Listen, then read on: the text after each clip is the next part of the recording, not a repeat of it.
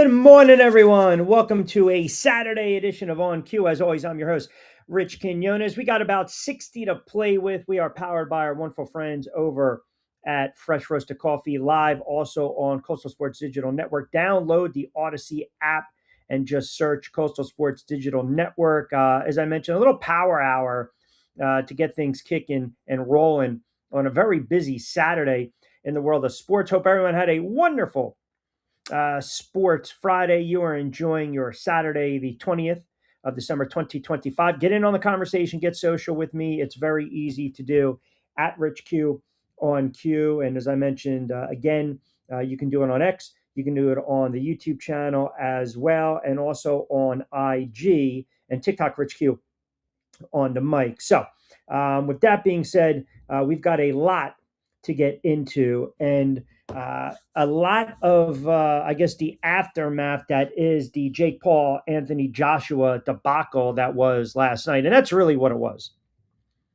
I told you this on Friday's show. There was, to me, absolutely no reason for this fight to occur. There was no reason for this fight to be sanctioned. There was no reason for this fight to even have a place in the sport of boxing. And it's really not about Jake Paul, because I mentioned this over the last several years. He's a market. Let me preface it by saying this: he's a marketing genius. He knows how to market. He knows how to brand. He knows how to make money. He knows how to cultivate contacts. He understands how the game is played. He's got a ridiculous business acumen.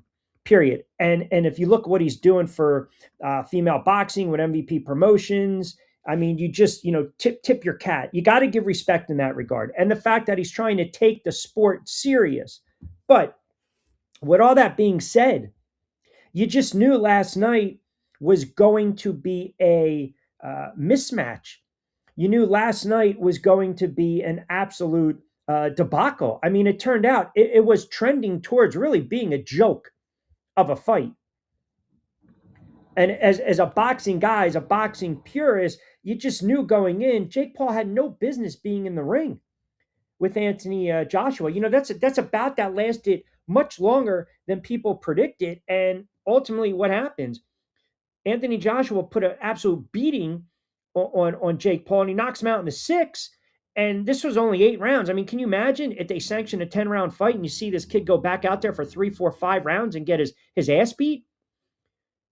Look, we always talk about levels to the sport, levels to the game of boxing, and Joshua scores 4 knockdowns, twice in the 5th round, twice in the 6th, and then the finish comes at the 131 mark. We knew the right hand was going to get cocked back and just explode like a cannon.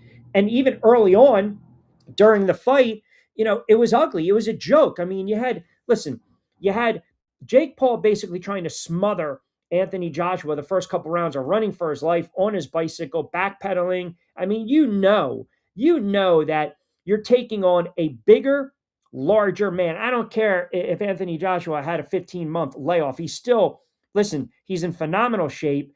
You knock the rust off within 30 seconds to a round, hence giving that first round to Jake Paul. And again, I don't care about any of that. This is a fine-tuned athlete and a high-level fighter. So you just knew it was going to be a mismatch. And even though the fight that was originally scheduled to occur ultimately falls out. I mean, think about this, right? Paul weighs in at 216, 11 pounds less than when he fought in November of 2024 when he had to win against Mike Tyson. Oh, by the way, who was 58. Joshua comes in at 243, and it was contracted out that Joshua couldn't weigh more than 245. So he weighs 240. Go back to 2021 in his fight against Usyk, 244 in the rematch, right? Both losses. He weighed a career high 255, I think, in the decision win against Franklin in 2023. And then Paul, who was basically campaigning as a cruiserweight, said even last night going into this fight, he had to pivot. He had to switch gears and shift gears in training camp because obviously what happens, right? You had the original opponent in Tank Davis at a $195 minimum or maximum catch weight, I should say, and that didn't fall through. So now you get the opponent on short notice, if you will, but you're the shorter fighter in Jake Paul. You're very limited with some skills when you're comparing to a guy like Anthony Joshua. The last thing you want to do is find yourself up against the ropes. I mean, that's the last thing that he wants to do is find himself up against the ropes in that fight. And that's exactly what he was doing after that second round. He just, he couldn't even get on the stick. He couldn't even jab because he's not on the same level. And he's got to punch up. And that's the other thing. You're punching up when you're taking on a larger, physically more dominating, imposing figure. And it's going to take some shots. It's going to take a little mustard. It's going to take a little juice off those punches. And I just knew it was a mismatch. And I thought the fight could have been stopped earlier, to be quite honest with you. It was just, it was such a reach, right? I mean, think about this. The referee even turns around and he's like, knock off the crap, right? The fans aren't playing to see this crap. That's what referee Chris Young was telling him. And you just saw Joshua was baiting, waiting. And then, he knocks him out several times or knocks him down several times, finally knocking him out. The referee saw enough and it was kind of a sped up count. And I'm fine with that. And Jake Paul, there's reports taken to the hospital, broke his jaw in 2 places. And then you got to listen to, what's his name? Ariel Helwani, whatever the hell his name is, the MMA guy who's got no business doing ringside reporting, in-ring interviews. Why are you smiling after this loss? Most people would not be happy with a loss. Well, the guy, Jake Paul, just banked probably 80-something odd million, right? I mean, apparently the purse was worth 184. And again, reports have him making 92 a piece. And that might be undervalued. So you can sit there and you can say all you want about him as the fighter, as the boxer. But from a marketing standpoint, it's utterly staggering what he's able to do and how he pushes product and the branding and the marketing and then makes bank and makes money. Now, there's a school of thought. There was a sentiment last night of the boxing fans and the boxing purists, right? Because a lot of fighters don't like what Jake Paul does, what Jake Paul represents. That's the goofy entertainer on YouTube, and he's been able to cultivate that, parlay that into a professional boxing career where the fighters will sit there and say, he's not legit. We've had to scratch claw. We've had to grind it out. And I think some of that is valid, no doubt. I also think some of that is jealousy because Jake Paul is using his markability, his appeal, his following to garner millions of dollars and have opportunities to fight. And oh, by the way, put together MVP off a small investment. But you just knew last night was going to be a joke. That's why when everyone was chiming in Friday and they're like, oh man, he's got a legit shot. No, he didn't. Florida Hard Rock Bet was loving the fact that all this money was coming in for Jake Paul because they knew he had no chance in hell winning the fight. You weren't going to piss away money on Joshua. You weren't going to lay 1,200 to win back 100. And Paul was sitting at what, plus 650, plus 700, whatever the final odds were, wherever they closed at. He had no shot at winning this fight. I'm shocked that it went as long as it did. And I give him respect because he took a beating. So you've got the schools of thought where you got his following, his fan base. Look at this guy. Look what he's doing. He's a personality. He's an influencer. He's an actor. He's a professional boxer. Let's post videos. Let's get famous. And here we go. He's in the ring against Anthony Joshua. Wow. This guy's holding his own. This guy's fantastic. Then you got, I would say, the majority that were watching this last night or have been watching him over the last several years thinking, I want him to get knocked on his ass. And you got your wish last night. The latter got your wish. Now, I don't know if that's good or bad for the sport of boxing because I've had people come at me and say, well, the sport is dead. Look, I've covered the sport for 20 plus years. I call fights all over the country. I call fights overseas. And I can tell you this, you might not be a fan of Jake Paul, but you have to appreciate what he's done, especially for the female fight game. For the female fight game. And I was covering female boxing long before a lot of people were, going back to early 2000s when you had the Heather Hardys, when Serrano was just coming up, when Napoleon was making her way, a debut in Canada, Kalisha West, right? Shireen Thomas, Jennifer Santiago. I can just, these are all up and down the East Coast. So he's done a marvelous job of building the brand and giving these women an opportunity, these female fighters. And you saw it last night with Bumgarner, who's an absolute beast. She's such a talented fighter. And they got 3 rounds because they want equal pay. They want the opportunity to bank some buck too. Then you got the flip side of the coin. And everyone's like, well, this guy's a clown. It's going to be rigged. It's going to be staged. Look at all the money coming in. No, man, that's a sucker's bet. You guys got suckered into that.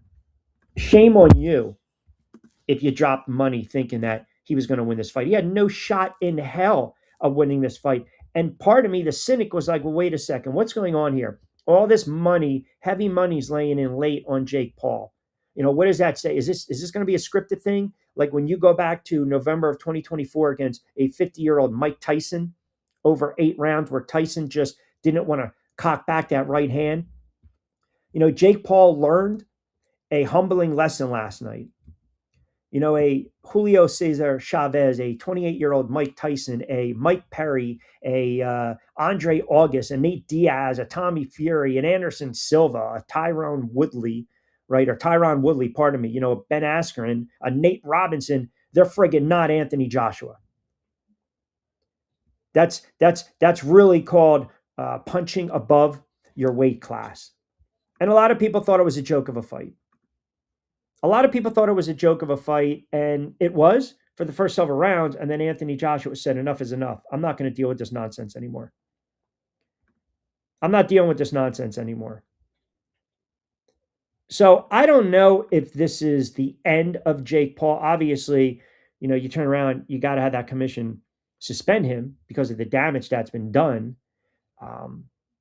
But I don't know if that's necessarily a good thing for those that wanted to see him get dropped on his ass. And like I said, you might not like him. Okay. You might not like what comes out of his mouth or how he acts, but you can't deny that he's gotten a lot more eyeballs to the sport. That's a fact. And I think a lot of it comes with the jealousy of he can go out, he can fight these guys, these other influencers, these has-beens, he's over the hill, and he's banking a substantial amount of money. Now, again, you're in there, you break your jaw, you're taking some shots, you're taking it serious. So I give him credit in that regard. But, again, it's chess. It ain't checkers, right? Levels, as we say. And he was never going to be able to get inside. He didn't even try to get inside. He kept backing himself up against the ropes. That's not the place where you want to be. And the rub is, if I try to get inside, I try to be courageous, it ain't humming. It's not. It's just not. It's not going to come. Like, I can't even try to cut down the real estate because I'm in fear of that counter right hand from Joshua. And it was a gangbusters last night. I mean, it was a jackhammer. You're not talking about some, this is not a fight at the local YMCA on a Saturday afternoon or the PAL. This is not, Anthony Joshua is not a guy that's just hitting mitts on a Saturday afternoon, 3:00, working off the beer that he drank on Friday night. I mean, just to think that Jake Paul had an opportunity. Now, he's going to fight again because the money's going to be there, and he's got a great relationship with Netflix. It's just a matter of, okay, the people that hate, you're still going to watch. That's the irony. Right? We hate. We want to see the car wreck. We want to see the car accident. We can't stand it, right? We're so pissed off that we're stuck in traffic. But yet, as you slow down, human nature does what? What do? You bitch, moan, and complain that you're stuck on 95 or 295 or the Parkway to the Expressway because there's an accident and you're sitting there twiddling your thumbs. You want to get to where you want to be. But then as the traffic starts to move a little bit, even if it's a snail's pace, a little methodical, approach, what do? You happen to turn to your right because you want to see the accident. People tuned in last night because they wanted to see the accident. They wanted to see the accident. They wanted to see Jake Paul get knocked out. And listen, you respect the guy for stepping in the ring. I respect him more because he's just a business acumen. And I'm not even 100% fan. The whole you get these influencers and anyone can step in the ring. I do think it takes away from the guys that have been grinding it their whole life, waiting for a shot, waiting for that type of payday. Now you got to also create your own opportunity. And that's what he's been able to do. He creates his own opportunity. And I think last night, the scores of fans that wanted him to get knocked on his ass and got what they want, they're curious to see if he's going to fight again because they want to see him get knocked on his ass again. It's human. It's human. That's really what it comes down to. All right, we'll take up to about 12:15. As I mentioned, we'll get your comments on the fight last night. Get in on the conversation. We are powered by our good friends over at Fresh Roasted Coffee. 20% off your first purchase, BYP20. You can always get social with me as well at Rich Q on Q on X, IG, TikTok, Rich Q on the mic. And we are also heard on SR 1029 FM, The Game, Coastal Sports Digital Network, part of the Odyssey family. Quick timeout. We'll come back on the other side. We'll see what you guys have to say as well on a Saturday morning / early afternoon edition of On Cue.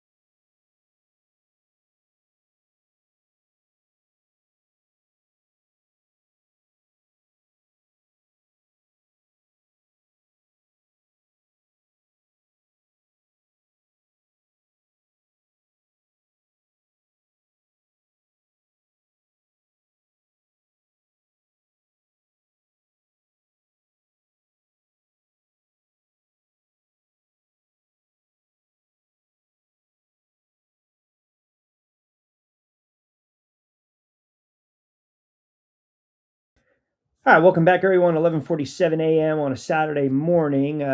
We got a couple to play with. As I mentioned, a lot of comments coming in on Paul Q. Excellent point on the clown that was interviewing him. Yeah, he's happy because he made about 90 something odd $1 million. Yeah, I mean, that's, some of the questions that were asked too, against Baumgartner. No, she never even got touched in that fight. Come on. Like, what are we doing? Get this guy out of here. Seriously.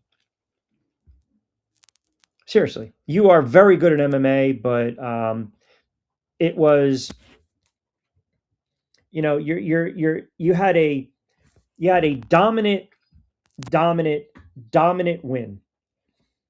Like, seriously, you're watching. If you know the sport of boxing, okay, then you know boxing, and you watch Alicia Baumgartner last night. That was a clean, as dominant as a performance. That fight could have been stopped early too. She was never hurt. She never got touched up. And then you got Ariel Helwani, who's basically, trying to force, controversy, trying to upset the apple cart, poke the bear a little bit. And good for Alicia to turn around and be like, what are you talking about? Almost like, are you watching the same fight that I'm watching? I mean, come on. And then you're trying to cram and push this card down our throat and actually try to sell that Paul and Joshua was going to be a competitive fight. Like Netflix, do me a favor. Get rid of this guy. Hey, hire me. I'll be objective. I'll be objective. It's utterly ridiculous. Like, what are we pushing here? I mean, you just tried your best to like what? Did you watch the fight where Alicia Baumgartner absolutely just outclassed this girl who showed tremendous amount of heart? Don't get me wrong. This kid from Canada showed tremendous amount of heart, but look at the score. I mean, it was like 118, 109, 117, 110. She dominated over 12 rounds. And you're going to come with that nonsense? It's like you're trying to conjure up something. There's nothing to conjure up. Like, pay attention. Watch the same friggin' fight that we're watching. And don't try to cram Jake Paul has an opportunity to beat Anthony Joshua down our throat. See, that's the other problem. You get these crossovers, right? You get these crossovers and we're throwing them in there. And, we got to get the eyeballs. We got to have the hot take. We got to have something. Something's got to be controversy. We got to say something. D chimes in Q. Excellent point about the odds and how they all shifted money-wise on Florida. I thought something was up as well. Yeah, it just didn't make sense. Joshua, his last time out, obviously got knocked out in 2024, and it was minus 1,200, dropped to minus 100, right? So again, who the hell's, unless you got a lot of money, you're risking 1,100 to win 100. And Paul, it was at, and I misspoke before, it was at plus 1,100. I don't know where I came up with what did I say? 950. I don't want to shortchange him. That's a long shot. So 100 to win 1,100 plus your initial bet. And then all of a sudden you talk about the punches being landed, again, still high odds for Joshua. But even after that first round, it was a snooze fest. Joshua was minus 550. Your best play was going to be that knockout after the third round. It wasn't going to be a draw. It wasn't. It wasn't going to be Anthony Joshua winning in 60 seconds. No. It wasn't going to be Jake Paul to win the fight in round one. The best play was over, I thought, 3.5 3.5 rounds. And you still didn't get good value for it. And you knew the fight, at least for that first or two rounds, if he can just get out unscathed. And then it was basically a lot of hugging, a lot of dancing. And it was ugly. And the fans were getting pissed off, and rightfully so. Nobody wanted to see Jake Paul dance around for 8 rounds against Anthony Joshua and then win the fight on the scorecard because he won the first round. That would have been embarrassment. And Anthony Joshua also knew there's no way I can let this fight go longer. I got to get this guy out of here. And they talked about it during the telecast, even prior to. So as I said, it was a sentiment that the fans wanted. They wanted this kid to get knocked out. The boxing fan that can't stand certain fighters, they watch the sport. They'll hem and haw, bitch, moan, and complain that it's a bad fight. It's not an interesting fight. It's not a compelling fight. Nobody cares about this fight. But they'll watch the fight because they have hate for the fighter. And they want him to get knocked out. That's why they watch. So last night is your perfect example. Your perfect example. You're going up, you're stepping up big time in weight, you're stepping up big time in competition. You're not going against a guy at the local YMCA. You're not going against a guy at the local pal who's moving around and hitting the bag or doing the mitt works with his buddies, and then they're going to go out for a couple pops. You're going against a former champion, Anthony Joshua. Everyone knew it was going to end in spectacular fashion and not in a positive way for Jake Paul. I mean, you had to be foolish to think that outcome was going to be anything other than what we saw last night. But the question is now, is this better for the sport of boxing going forward? Does it put to end? Because if you think Jake Paul is done, I don't believe he is. I don't. I don't. There will be another fight to be made and millions of dollars on the table. And you guys again will watch because you want to see him get knocked on his ass again. That's it. You want to. And you can, as much as we want to harken back, and we've used to see the celebrity boxing and this over the years, the Mayweather McGregor. I used to argue with people on the air. It wasn't a real fight. It wasn't. Then everyone's coming out of the woodwork and I'm retiring and trying to make a payday. And here we go. Mike Tyson shouldn't have been out there, 58 years of age. It's horrible. Nobody wants to remember these guys like this. It's like watching Joe Namath limping around with the Rams, Franco Harris with Seattle. Nobody wants to see that kind of stuff. Johnny Unitas in a Chargers uniform, like retire already. Call it a day. But the sport of boxing is different because of the ego. And when you got an opportunity now to make this type of money and dance around for a couple rounds, who's not going to take that shot? Who's not going to take it? All right, 12 o'clock straight up. Don't forget a Saturday edition of On Cue. Rich Quinones here. We're on the YouTube channel. Like, comment, subscribe. Also, give us a follow at Rich Quinones, SR 1029 FM The Game. We are on the Odyssey app, part of the Coastal Sports Digital Network family. Get social with me at Rich Q on Q, X and IG. Of course, Rich Q on the mic for TikTok. Nick chimes in Q. It's an excellent point you bring up when you're talking about the appeal. Everyone does slow down for a car wreck. That's all they do. That's all anyone does. Like, we're human at the end of the day. We are human. So no matter what, people watch because they wanted to see Jake Paul get knocked out. Love him or hate him, they still watch because everyone loves to slow down and check out a car crash. That's just the reality. That's all it is. That's the reality. You bitch, complain, and whine that you're in traffic and you get the little alert that there's an accident 25 miles ahead. But guess what? When you start to kind of maneuver past the cops and the flashing lights, what do? You typically turn to your right to see what the hell's going on. That's exactly what people did last night. Those that were pro Paul. And you're still going to support it because when he fights again, you're going to hope he gets knocked out again. Like, he's not going away, is my point. He's not going away anytime soon. So, like, deal with it. That's why I can't sit there with the utmost confidence and say the best thing last night was that he got knocked out. That's great for the sport of boxing. People already have their opinion on the sport. They already have an opinion on the sport. Oh, it's dead. It can't rival mixed martial arts. It can't rival other combat sports. Nobody wants to fight. Fights aren't being made. Guys are just, calling each other out on X, on social. But then when push comes to shove, they can't decide on the split, on the purse. It's horrible. It's a joke. We don't have, fighters that we can gravitate toward. What about the middleweights and the welterweights and the heavyweights, the American heavyweight? And back in the day, guys were fighting guys, Leonard Hearns, Duran, Leonard. We don't have that anymore. You still watch. It's just a question of you pick and choose what you're going to watch. All right, 12 o'clock straight up.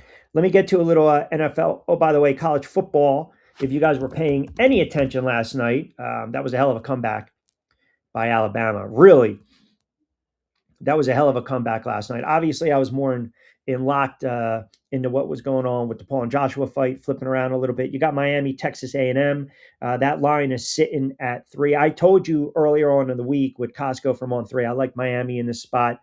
I did like the over in Tulane and Ole Miss. That's a 3:30 kickoff. I think James Madison is going to be the sacrificial lamb today against Oregon. I think they get waxed. That line's sitting right at 21. But last night, very, very entertaining game in which Alabama won it 34-24, and they were down big in this game. They were down 17-0 early, and then they just scratched and clawed. And, the one thing, man, they could not run the football, but they made some defensive plays when they had to. Simpson was very efficient. Oklahoma is going to be kicking themselves, because you're blowing a 17-point lead in the college football playoff, mind you. And again, it's just they fought, and that's all you can ask for. Alabama fought, they fought. What's crazy is that you had the kid Brooks for Alabama, the freshman, didn't score a touchdown in the regular season, scored 2, had a season high 5 catches for 79 yards. He was a catalyst, right? And this is what happens when you have that second or third, in this case, meeting between schools. you have such a great scouting report. Alabama never panicked.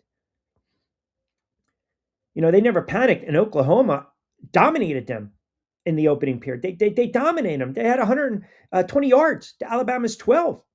Alabama kept going 3 and out on their first couple possessions. They finally got the offense going midway through the second when they were down. And then Simpson hits Brooks. You get the 10-yard score. You trim it to 17-7. Brown had the pick. Tide scored 17, and here we go. And then Oklahoma got a little tight, and then obviously Alabama kind of flexed that pedigree and that muscle. It was a good game. It was a very good game. You got 2 NFL today. You've got the Philadelphia Eagles on the road against Washington. The Eagles are laying 7. Their offense, quote, got right against a very bad Raiders team. They blanked them 31-0. Defensively, they held the Raiders to under 85 yards. But Mariota is no Kenny Pickett. And I actually think today, this is the day where Washington is going to give the Eagles fits. I think it's going to be a competitive game. Let me get some of these comments. My man Chino chimes in. I missed the days Hearns versus Hagler, Leonard versus Durant. Yeah. But we're never going to get back to the 70s and the 80s. And also, too, it's a new era with social media. It is, where these influencers now have an opportunity to step in and make some money. And I know it bothers people. It does, or at least a diehard boxing fan. Boxing in the 80s had important fights, events, monumental moments that shaped and transcended the sport and personalities. I mean, it was unbelievable, because you get late in the 70s and then, pretty much after Muhammad Ali was the sport's biggest ambassador, we were all searching for what? A new hero. And then you get all the presence or the constant presence of a guy like Don King, right? The most famous promoter. And then you get the rivalry, whether it was Murad Muhammad, Butch Lewis, Bob Arum, right? All these changed. And then Tyson burst onto the scene. But prior to that, we had, as Chino mentioned, the rivalry. You had 5 world champions. You had Wilfred Benitez, who I love, Roberto Duran, right? Marvelous Marvin Hagler, Tommy Hearns, and Sugar Ray Leonard. And every fight was unbelievable. Every fight was unbelievable. Even if you're watching Salvador Sanchez, Bobby Chacon, you're watching Ray Leonard, Duran, you're watching Matthew Saeed Muhammad, Tommy Hearns, Samuel Serrano, Hagler, Holmes. It was unbelievable. That was 1980 alone. We're never going to go back to that time. And plus the influence of social media. And that's what I think the boxing fan doesn't really understand. We're stuck in our ways, right? Because we are screaming on the porch. We want it to be where it was, and it's not going to happen. Michael chimes in, Broncos country, let's ride. Ooh, that's a big one. That's a big game this weekend for your Denver ball. Q, how'd you feel about the fight last night? I thought it was a joke. I thought it was an absolute joke. I thought it was an embarrassment. I think for people that actually thought Jake Paul had a snowball's chance in hell in winning the fight, you could have gave me your money. It was an embarrassment. And the negative of last night was you knew how it was going to end, but the positive of last night is you knew how it was going to end for those that are anti Jake Paul. They wanted to see him get knocked on his ass. And I keep going back to the analogy that I'm trying to draw the parallel with Michael and Chino and Nick chiming in and Tom and Joe and D. It's like a car crash. It's human nature. We're constantly going to slow down when we see it. We maneuver past the traffic, the cops, they wave us through, and then we slow down and we look either to our left or our right. We want to see the damage. We want to see the carnage. We want to see the wreckage. It's sick, but that's what we do as humans. That was last night.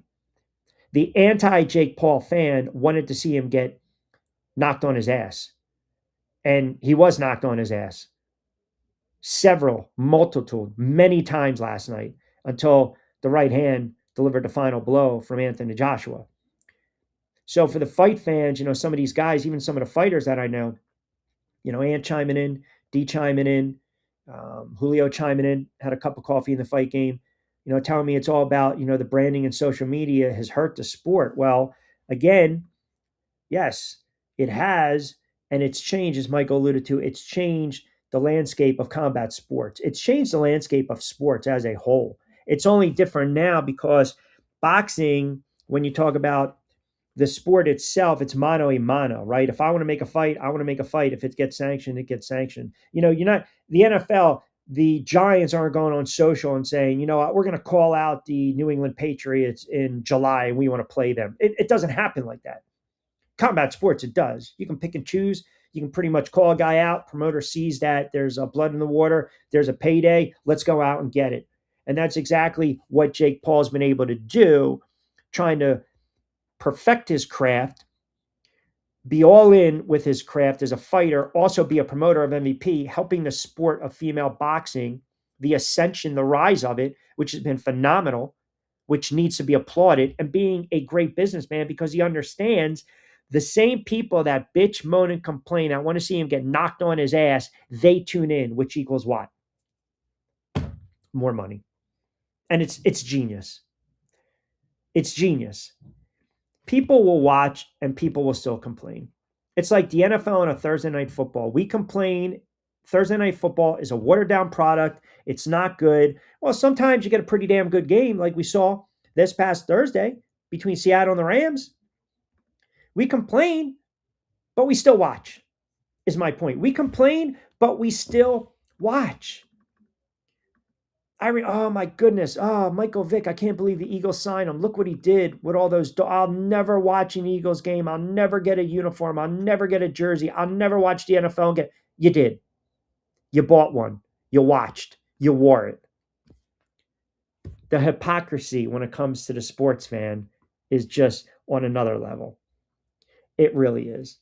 Now, as far as the two today, Washington has a puncher's shot, a puncher's chance, no pun intended.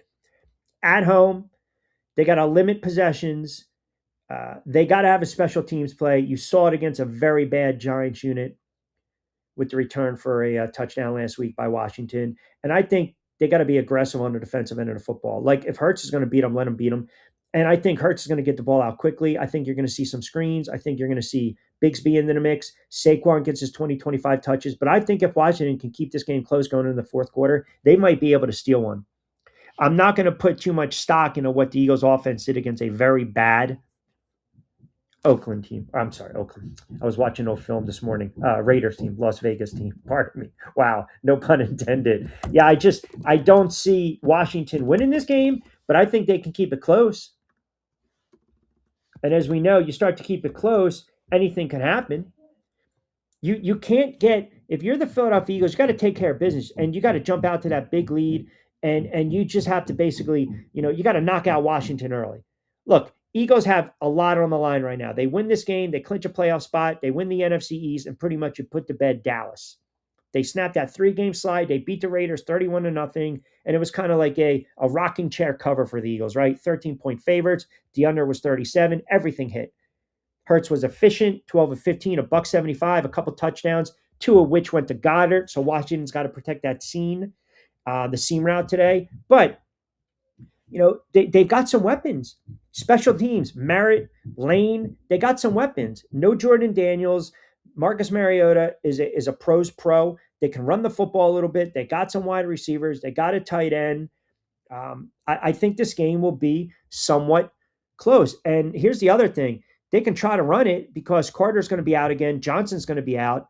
Obviously, we know that Washington has a lot of players banged up. But to me, I think right now, the Eagles are the better team. They're fighting for that playoff seeding. They can clinch the division with a win. I think they're going to treat this as a must win with that playoff level intensity. No screwing around. They're going to win. But I'm telling you right now, I don't look at them as a 7-point favorite. I like the Commanders with the points. Listen, Mariota's covered the spread in his last 2 starts. So you talk about what he's been able to do all time as an 11-year vet in the NFL, okay? He's able to cover the number. Now, the Eagles are just 1-3 ATS in the last 4. And you're missing one of your best defensive players. You're missing one of your best offensive linemen. I think they're going to keep it within striking distance. I really do. And the only lean is because Philly's a much better team And the ATS, you look at the numbers, 8-6 this season. Commanders are 5-9 ATS. And I also think bet the over in this one. I know it's minus 110. Play the over in this one. The over's hit in Washington's last 3 home games, 2-1 in their last 3 overall. So that's something to kind of monitor. And then you get a very good matchup between the Bears and the Packers, and a lot's on the line in this game. I mean, this is what you wanted. We complain about some of these matchups, but this is what you wanted. This is a great game. NFC North. I mean, everything's right there for both these teams. Everything's on the line. And if you're the Bears, first and foremost, there's no threat of Micah Parsons. So now we're going to try to run to that side, and we're going to keep Jordan Love in that offense off the field. They got some wide receivers that are banged up. Now, remember, too, go back a couple weeks ago, Jordan Love torched the Bears. He threw for 254. He was averaging 9.4 yards per pass attempt, 3 touchdowns. They put up 28, and then Green Bay jumped in the first place in the NFC North. Now, since then, the Bears have gotten that mo back, right? Our good friend, momentum. They've regained it by half a game because they beat the Browns in Week 15, put up a lot of points defensively. They played well. And then the Packers turned around and they lost a very tough game to a very good team in Denver on the road. So it's almost like this musical chairs, right? The Bears right now, I think they got a little juice. I think they have a little bit of muscle. And I think that Green Bay to me they're starting to become this depleted team. And that loss of Micah Parsons was huge with that torn ACL. And if you're the Bears, you just got to tighten some things up. And where I'm a little concerned, I think Chicago will be able to move the football today and run the football. It's their pass defense that scares me. They rank 18th coming into this matchup. This is a tough spot. They're at home. Traditionally, I would lean on that. To me, it's almost like a pick 'em. I know yesterday I went on the air and I said I like Chicago. I hate to 180 it. The more I looked into this game, I think Jordan Love is going to be able to feast on that secondary. And right now, I'm going to go Green Bay. I hate doing this because I said on BYP, give me the Bears. Sorry, Lloyd Vance. I like Green Bay on the road. The more I start to kind of look into this game and the numbers, it just didn't jive up where I felt comfortable with the Bears. I think they can run it. I think Williams will make some plays, and the loss of Micah Parsons certainly hurts the Green Bay run defense, and a guy that consistently get to the quarterback. I got a sneaky suspicion, though, they're going to turn over Caleb Williams. And Jordan Love has had a really nice season. Jordan Love was in the conversation when we were talking about MVP. I mean, he was jumping some quarterbacks. He's thrown 22, 23 touchdowns, only 4 interceptions. He's got a very good completion percentage. He throws a very nice deep ball. Where, if I'm flipping it, where I would look and say, okay, well, give me the path to Chicago winning the game. Well, Jacobs is questionable, right, because of the ankle, and he's a very good running back. So you might not have him 100%. Watson is questionable. And also, they've got the kid Wicks, who's also questionable, which means now for Green Bay, a lot of it falls on Dobbs. It falls on Reed. It's going to fall on the tight end. Is Jordan Love going to be able to make some plays with his legs? I think if Josh Jacobs can't go, that's a big loss. Jacobs can give you that 12 to 15, 18, sometimes 20 plus carry game. His yards per average is right around 4.1. So they're going to have to figure out a way. Okay, if Jacobs can't go, then all of a sudden we got to get Wilson into the mix. So now you get, a guy that doesn't get a lot of carries. His best performance of the season was against Minnesota, 28 totes for $107, and he scored a couple touchdowns. Should be a good game. Should be a real good game. All right, we're going to start wrapping it up on a Saturday edition of On Cue. Tomorrow, we'll do a little Sunday football. We want to recap the 2 slots tonight, the 2 games, as I mentioned, and then we'll go a little NFL heavy tomorrow.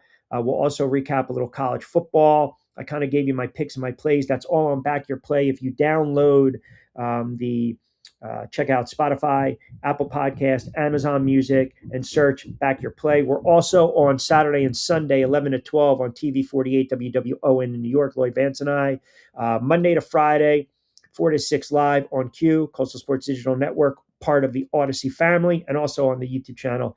Like, comment, and subscribe. So we'll be back in the saddle tomorrow. We'll do a little Sunday edition of On Q. We'll get you set for a very important weekend in the NFL, because there is a lot at stake tomorrow when it comes to playoff picture, divisional opportunities to win a division, playoff seedings, teams that could be eliminated. So we will definitely jump on the air tomorrow. Check out the notifications on my YouTube channel. Keep them open, have them ready, and you'll get the notification of when we fire off live. Appreciate my good friends, as always, over at Three Brooks Bourbon. Get ready with tea, fresh roasted coffee. Played Against Sports, 2 locations, Mount Laurel and South Jersey. Also appreciate the comments as well. You guys are fantastic, tuning in on a Saturday edition of On Q for a couple moments. Enjoy it. Weather is breaking a little bit on the East Coast, a little more warmer. So get out and about, enjoy the fresh air. You got college football. You got the double dip of the NFL. And you got Washington, the Eagles, the Bears, and the Packers. We will do it again mañana. As always, be safe, be sound. Thanks for tuning in to this edition of On Q with Rich Quinones. We'll talk to you mañana. Hasta luego, buen día.